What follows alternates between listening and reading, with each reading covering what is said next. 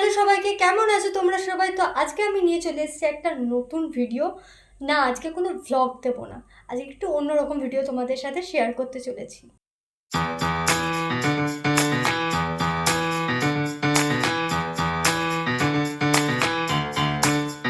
আজকে মায়ের সাথে আমি মলে গেছিলাম কিছু জিনিস আনতে। সেই সময় আমার চোখে পড়ে এই দুটো জিনিসে, ইপি কোরিয়ান নুডলস।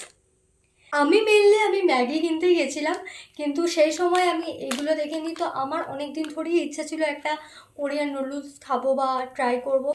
এই দুটো কিন্তু আলাদা আলাদা ফ্লেভার আছে, দেখিয়ে দিই তোমাদের ফ্লেভারগুলো। তো ফার্স্টেরটা হচ্ছে EP Korean spicy kimchi style, আর সেকেন্ডেরটা হচ্ছে EP Korean fiery hot style. আমি তো মেনলি দেখতে চাই এই দুটোর মধ্যে কোনটা বেশি সুন্দর খেতে, আর তার থেকেও বড় কথা, এইগুলো বেস্ট নাকি আমাদের ছোটোবেলাকার সেই 2 মিনিটের ম্যাগিটাই বেস্ট। আচ্ছা, আজকে ম্যাগি বানাচ্ছি না, কারণ ম্যাগির টেস্ট আমরা সবাই জানি। আজকে এটাই দেখার ম্যাগির টেস্টটা বেস্ট নাকি এই কোরিয়ান নুডলসগুলো। চলো বানানো যাক আজকের ইপি কোরিয়ান নুডলস। 1 hour later.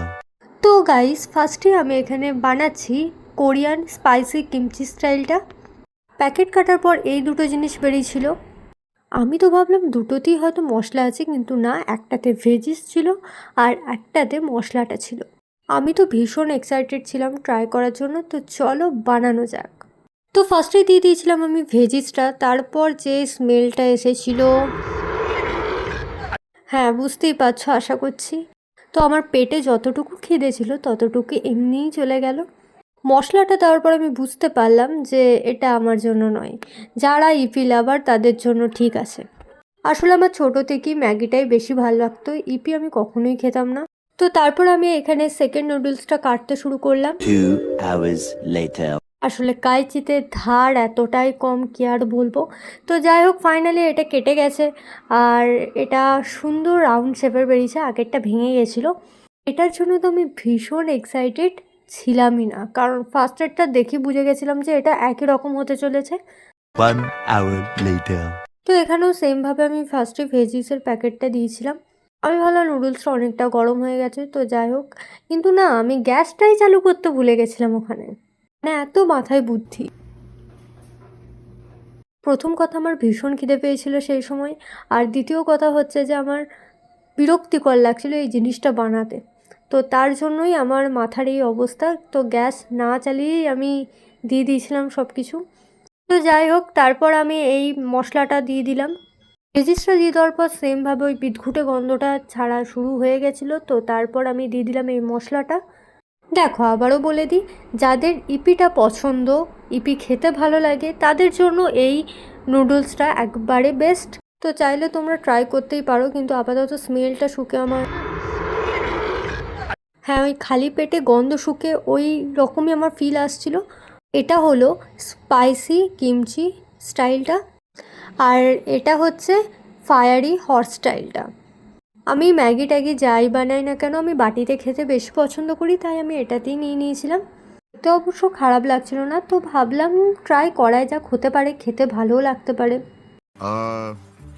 প্রথমটা খেয়ে আমি খুব একটা বুঝতে পারিনি, কারণ খুবই গরম ছিল নুডলসটা।